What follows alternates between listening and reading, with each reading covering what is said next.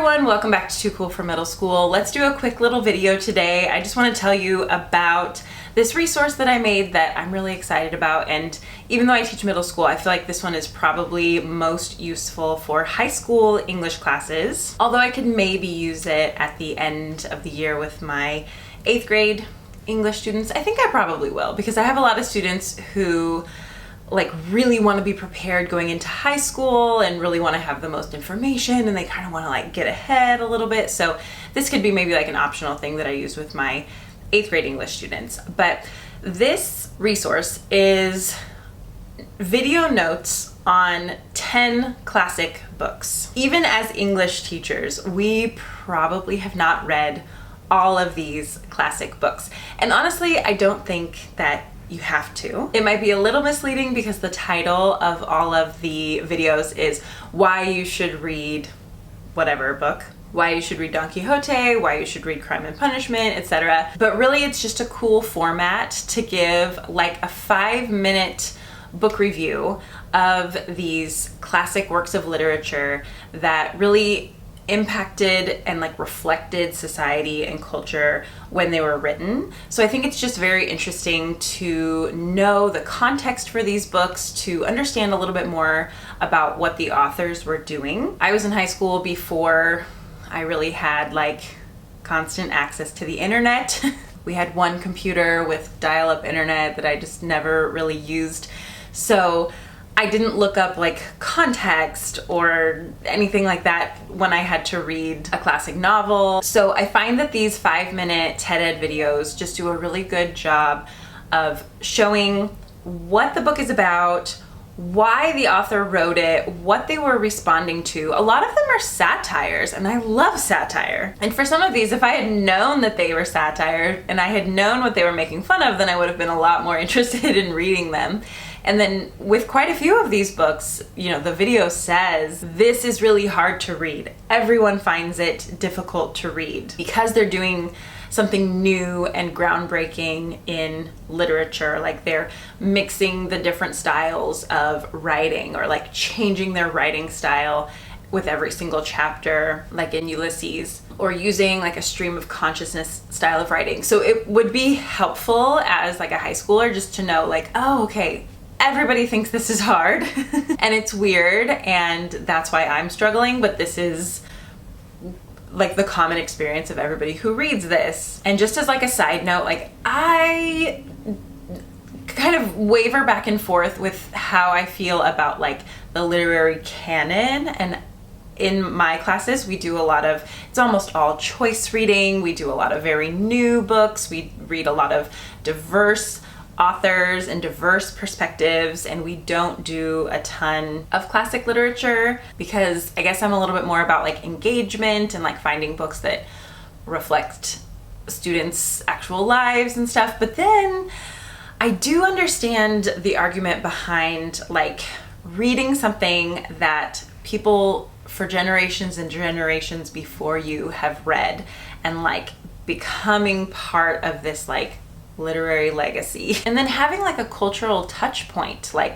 If every high schooler reads The Great Gatsby, even if our Instagram algorithms and TikTok algorithms and people's Facebook algorithms are giving them completely different information about the world, at least you have one common cultural touch point that you all experienced at one time, and then also generations before you people did. So I definitely think that there's value in classic literature. And even with this list that I have, it's mostly men, it's mostly white men. It would not be enough to simply read these 10 books. I think you need to read so much more. And again, I don't think you actually have to read all 10 of these books, but I just think that it is interesting to see what these authors were doing. And a lot of times I picture the book to be wider than it really is sometimes. When you have more context and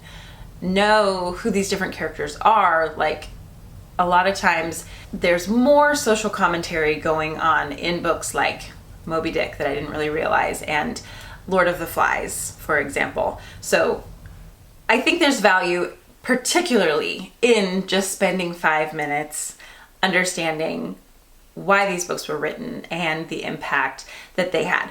So the other thing that I really like about this format is that I just have like links to these 10 videos on Google Slides, and then questions that go with the slides, and so students can kind of like answer them as they watch. The videos themselves are super engaging. The art is beautiful. It's gorgeous. These would be very fun to do in class and kind of talk about, you know, different things that the videos bring up, but also these are so good for emergency lesson plans. So what I'm gonna do, definitely for my 8th grade English class, is just like tuck these in somewhere on Google Classroom, like not put a due date on it, but just like put it in there. And then if there's ever a time that I have to be out, I can just, and I can even like pre-write this Google Classroom post or whatever and just like have it like saved as an option to post. But you know, just like do the first 2 pages or do the first 3 and have those done by the time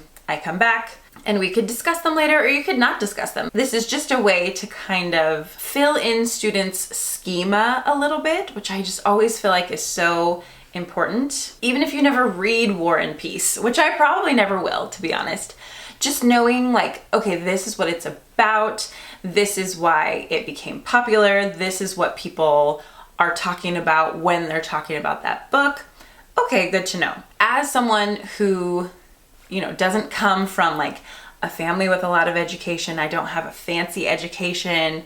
I entered college, I feel like, without a lot of the like literary and cultural knowledge that a lot of other people did.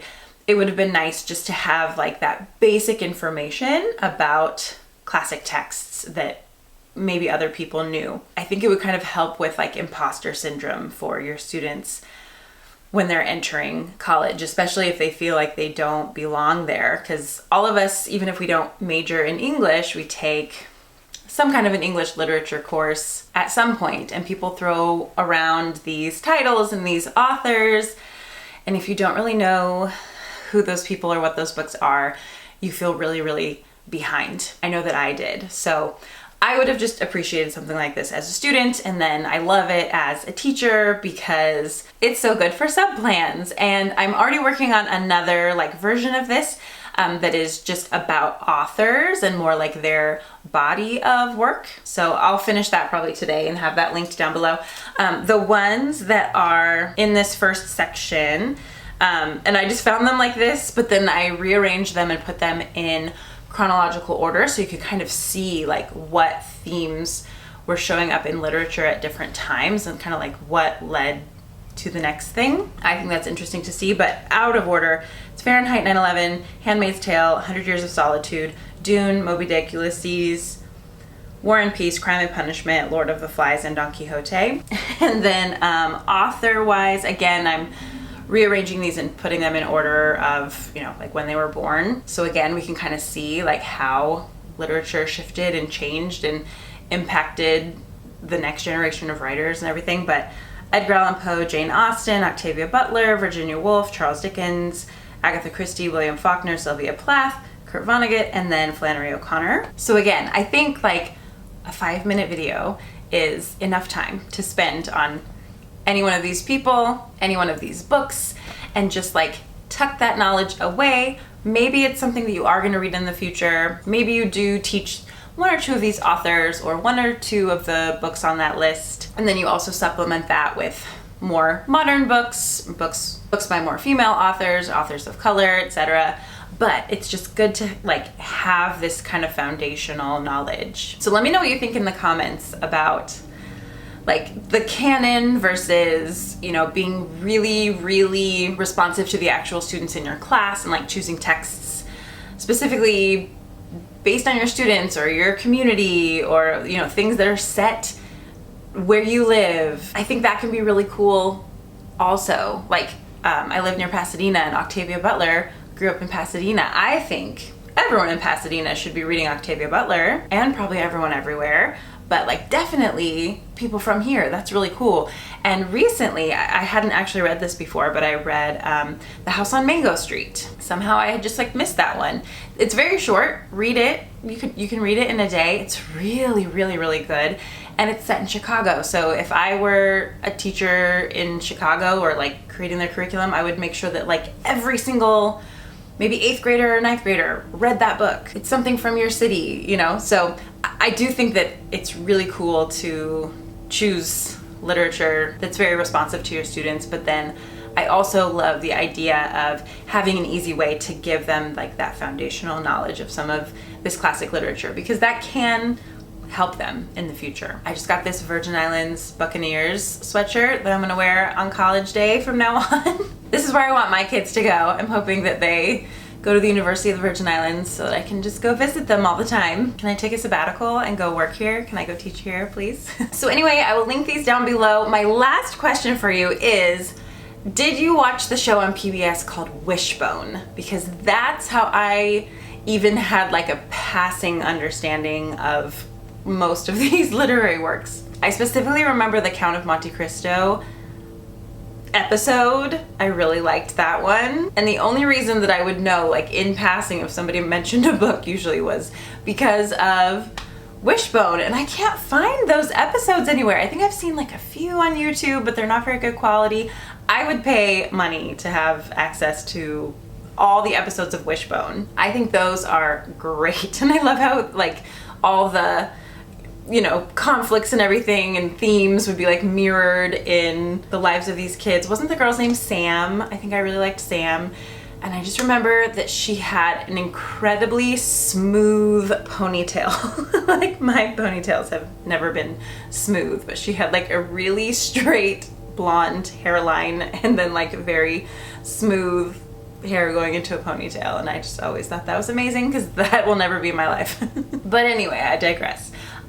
Check these out if you're a high school English teacher. I think these are so perfect, especially going into like the end of the year if you just need like little things to kind of like fill time, like after testing and stuff like this. This is more just about like preparing your students for what they might encounter in the future. And if I was, you know, teaching maybe like 10th or 11th grade English, I would maybe like the first semester like use these as like sub-plans or just kind of like, you know, fill in every so often when we had some extra time. And then maybe the second semester, after students were familiar with all of them, I would just say choose one. Like choose one and try to read it. Maybe you won't even actually complete it, but I would have them do some kind of a reflection on the process of reading the book, attempting to read the book, maybe watching another video or two about it to try to get some help from other readers.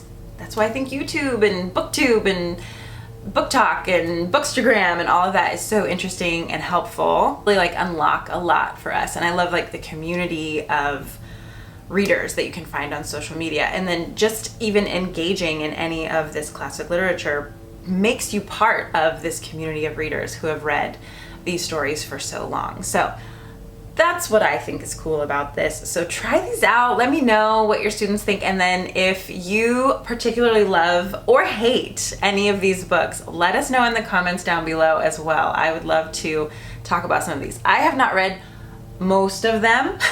This has inspired me to read more of them.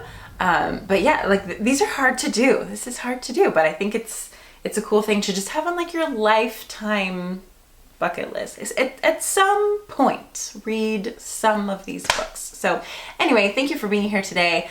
I will see you in my next video. Happy reading and happy teaching.